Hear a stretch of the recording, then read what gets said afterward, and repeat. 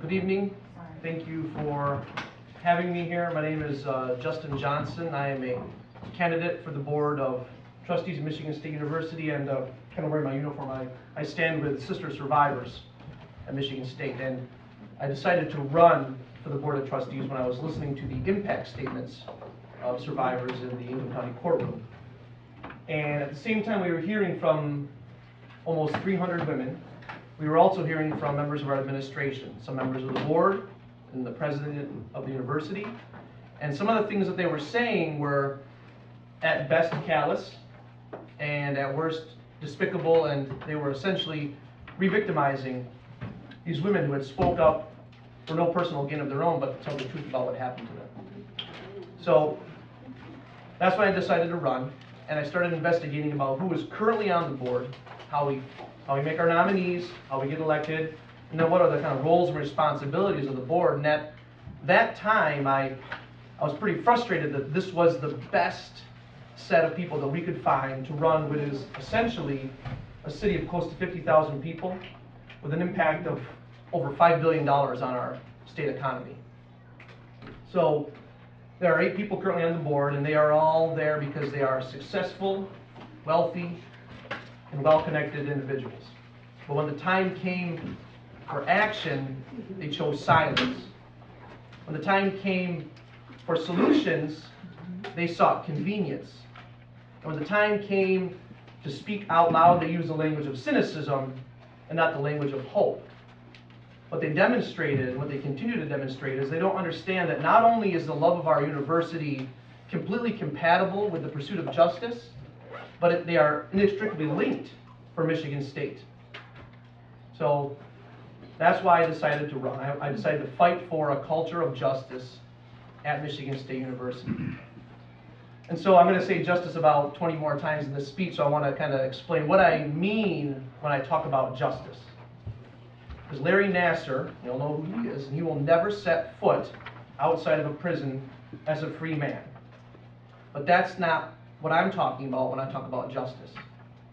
And the school and survivors have reached a settlement that kind of sufficiently expresses the level of failure from the Michigan State University. But that also is a very small part of what I consider a culture of justice at Michigan State. The next step, the most important step, and the biggest step will be administrative and policy changes. And those are policy changes that point us towards a future in which women or men, faculty or students or visitors to campus, if they ever fall victim to sexual assault on campus, I want to make sure that they can take the first step to survivorhood, knowing that the system will give them a fair shot at justice, will protect them, and will help them out and protect them first over the reputation of the school. So that's the biggest fight. And we know what side the administration is currently on, the current interim president and some members of the board. And that's why it's so important that this year we put on the ballot 2 people who will push for real change. We can no longer accept the status quo at any of our great Michigan universities.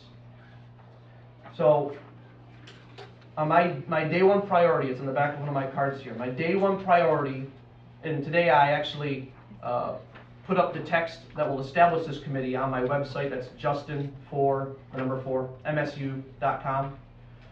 I put up the text that will establish the Trustee Justice Committee. And what the Justice Committee does is chaired by 2 members of the board, but it includes representatives of various units around the university, and it oversees the entire campus response to sexual assault. And what it will do is it will ensure that we have the correct practices and programs.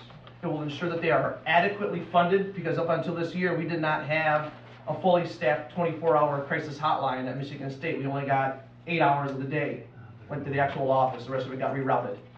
Okay, so that was the first time. So we make sure we have adequate funding. Then we will do reports that measure the efficacy of our practices to make sure that we actually are doing what we aim to do, and those results will be public. And one of those seats on that board is reserved for an external survivors advocacy group. Because we cannot, you know, the young kids say, you know, show me the receipts. We can no longer take the word of our administration. We have to see the documentation that we are doing what we have vowed to do, and that is serve the residents of Michigan, the students, as the nation's pioneer land-grant university.